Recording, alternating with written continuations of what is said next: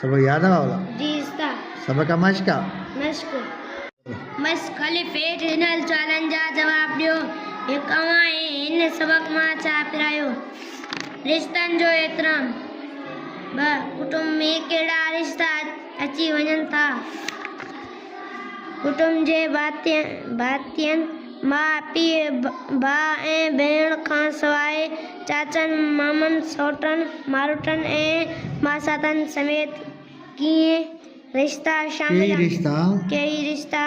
शामिल आहिनि। 3 समाजी रिश्तनि में केर अचनि था। समाजी रिश्तनि में पाड़े वारा ॻोठ या शहर वारा दोस्त उस्ताद ऐं वतन वासी अची वञनि था। उस्ताद खे त माउ पीउ जो दर्जो ॾिनो वियो आहे। 4 वतन ऐं क़ौम लाइ नेक नामी कीअं कमाए सघिजे थी। समूरनि रिश्तनि नातनि जो क़दुरु ऐं एहतराम करियूं सुठियूं आदतूं ऐं इख़लाक़ पिणु सिखूं छो त सुठा इख़लाक़ ऐं उथण वेहण जा ढंग समाज में इज़त क़ौम ऐं वतन जे नेक नामी जो ज़रियो आहिनि। 5 आला इंसानी गुण कहिड़ा आहिनि। वॾनि जो अदब करणु नंढनि सां प्यार करणु माउ पीउ उस्ताद जी इज़त करणु। हेठि ॾिनल लफ़्ज़नि जी माना लिखो। क़दुरु ख़्यालु वर्ताव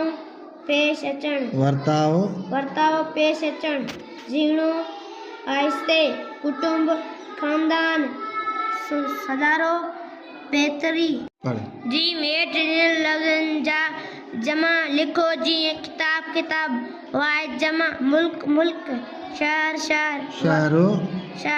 शहर वाहिद जमा घर दोस्त दाल। हेठि ॾिनल लफ़्ज़नि जा उबतड़ लिखो। लफ़्ज़ उबतड़ चङो ख़राब नेक बुरो अवगुण। लफ़्ज़ उबतड़ इज़्ज़त ज़िल्लत पंहिंजो परायो दोस्त दुश्मन।